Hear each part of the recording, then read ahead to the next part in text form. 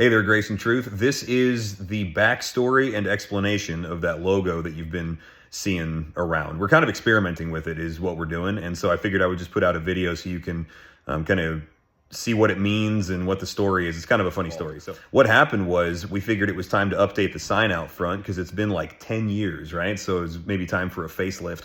And we couldn't find that logo anywhere, the high resolution version of it, the original. And so I actually called the guy that made the logo and I said, hey, do you have the original? Because the only ones I have aren't high res enough to blow up and put on a sign or something. And he said, no, man, it's gone. Like, I don't know where it is. And the file's just toast. So anyway, we're never going to be able to use that logo again for anything that requires any high resolution. So we said, okay, well, maybe it's time for a new logo anyhow. So then the question is, well, what do you have? And we could be like, oh, open Bible with a cross coming out of it. But like, dude, we've seen that so many times, So we're like, no, let's communicate Christ. Well, then the issue of style comes up, and I realized a couple of things. Now, I'm only speaking for myself here, none of the other pastors, but from my perspective, we don't have an eye for style. I wore red jogging shorts, red basketball shorts, and an orange sleeveless shirt on a run the other day, and my wife informed me, that's not cool. You can't do that. And I was like, really? Didn't know it. So that's what I'm dealing with as far as an eye for style and matching and all that kind of stuff. Not impressive.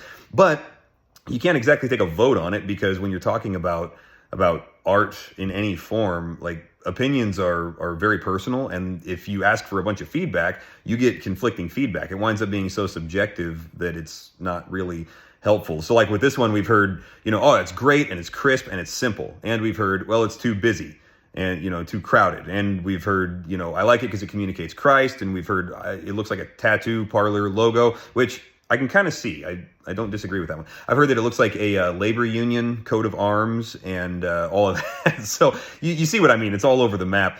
So we said, okay, well, rather than like asking people to vote on it or have an opinion, let's just float it out there and see what happens. So we just kind of experimented. We put it on the website. I threw it in my email signature. A couple of you guys have said, hey, what's this logo about? So let me go ahead and explain it. So let's start with the obvious. We got Grace and Truth. We renamed the church this. It used to be First Baptist Church of West Richland.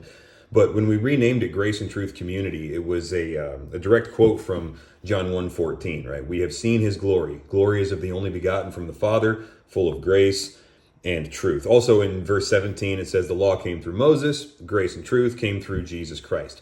So when we named the church this, it was a name, a description, but also sort of a mission statement. It's like, some people are geared towards grace and some people are geared towards truth. And if we could get both of those types of people together in the same room, this thing might look something like the person of Christ, and we might look like the body of Christ. So that was kind of our goal there. What ended up happening was that people who didn't understand it asked us a lot of questions about like, well, that's not a normal name for a church. What's going on there? And we just got to have a lot of conversations about Jesus. We got to share the gospel with our neighbors who saw the sign change and so on.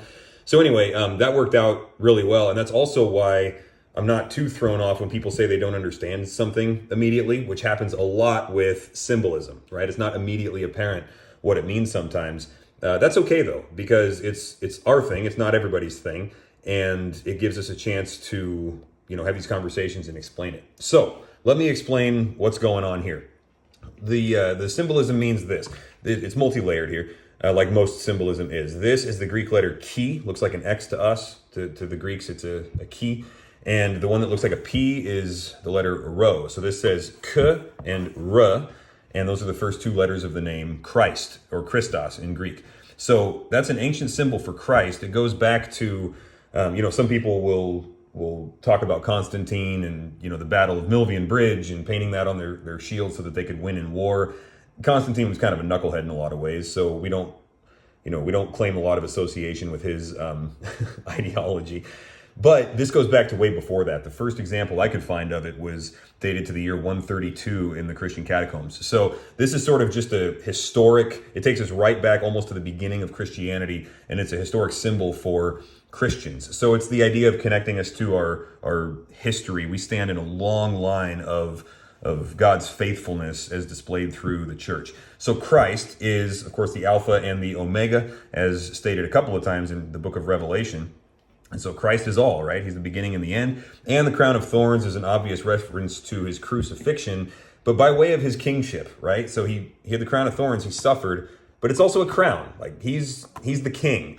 So you've got all these different statements of the person and the work of Christ, and it connects us to our history, and that's kind of the idea behind putting that out there.